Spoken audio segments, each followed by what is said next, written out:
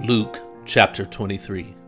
And the whole multitude of them arose, and led him unto Pilate. And they began to accuse him, saying, We found this fellow perverting the nation, and forbidding to give tribute to Caesar, saying that he himself is Christ, a king. And Pilate asked him, saying, Art thou the king of the Jews? And he answered him and said, Thou sayest it. Then said Pilate to the chief priest and to the people, I find no fault in this man. And they were the more fierce, saying, He stirreth up the people, teaching throughout all Judea, beginning from Galilee to this place. When Pilate heard of Galilee, he asked whether the man was a Galilean. And as soon as he knew that he belonged unto Herod's jurisdiction, he sent him to Herod, who himself also was at Jerusalem at that time. And when Herod saw Jesus, he was exceeding glad, for he was desirous to see him of a long season, because he had heard many things of him, and he hoped to have seen some miracle done by him. Then he questioned with him in many words, but he answered him nothing. And the chief priests and scribes stood and vehemently accused him. And Herod with his men of war set him at naught, and mocked him, and arrayed him in a gorgeous robe, and sent him again to Pilate. And the same day Pilate and Herod were made friends together, for before they were at enmity between themselves.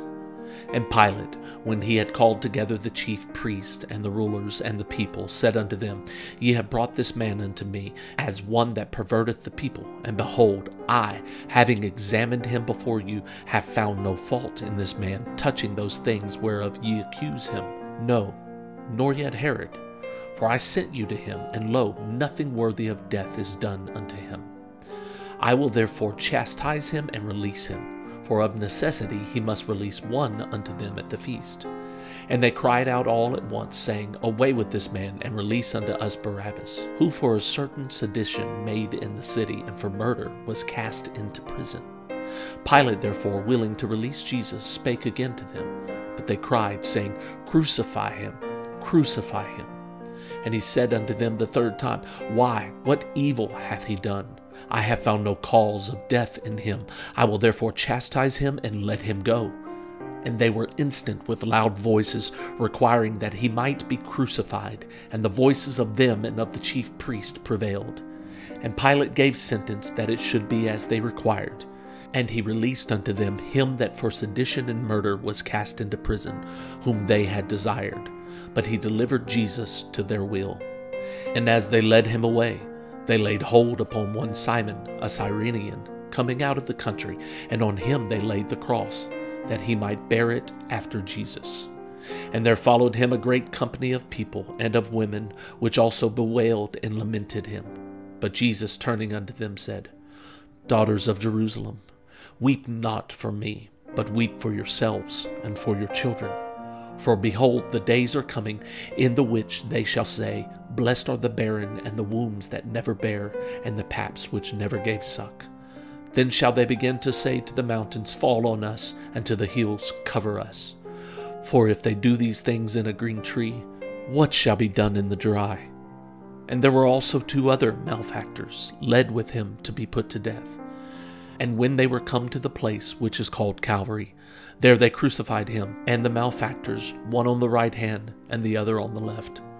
Then said Jesus, Father, forgive them, for they know not what they do. And they parted his raiment and cast lots.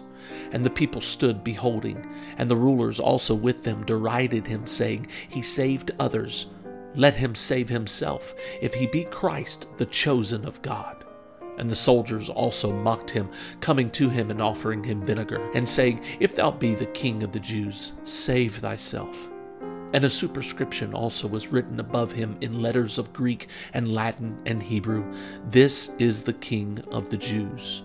And one of the malefactors which were hanged railed on him, saying, If thou be Christ, save thyself and us. But the other answering rebuked him, saying, Dost not thou fear God, seeing thou art in the same condemnation? And we indeed justly, for we receive the due reward of our deeds, but this man hath done nothing amiss. And he said unto Jesus, Lord, remember me when thou comest into thy kingdom. And Jesus said unto him, Verily I say unto thee, today shalt thou be with me in paradise. And it was about the 6th hour, and there was a darkness over all the earth until the 9th hour. And the sun was darkened, and the veil of the temple was rent in the midst. And when Jesus had cried with a loud voice, he said, Father, into thy hands I commend my spirit. And having said thus, he gave up the ghost. And when the centurion saw what was done, he glorified God, saying, Certainly this was a righteous man. And all the people that came together to that sight, beholding the things which were done, smote their breasts and returned. And all his acquaintance and the woman that followed him from Galilee stood afar off, beholding these things. And, behold, there was a man named Joseph, a counselor, and he was a good man and a just. The same had not consented to the counsel and deed of them. He was of Arimathea, a city of the Jews, who also himself waited for the kingdom of God. This man went unto Pilate and begged the body of Jesus. And he took it down and wrapped it in linen and laid it in a sepulchre that was hewn in a stone, wherein never man before was laid. And that day was the preparation, and the Sabbath drew on. And the women also, which came with him from Galilee, followed after, and beheld the sepulchre, and how his body was laid.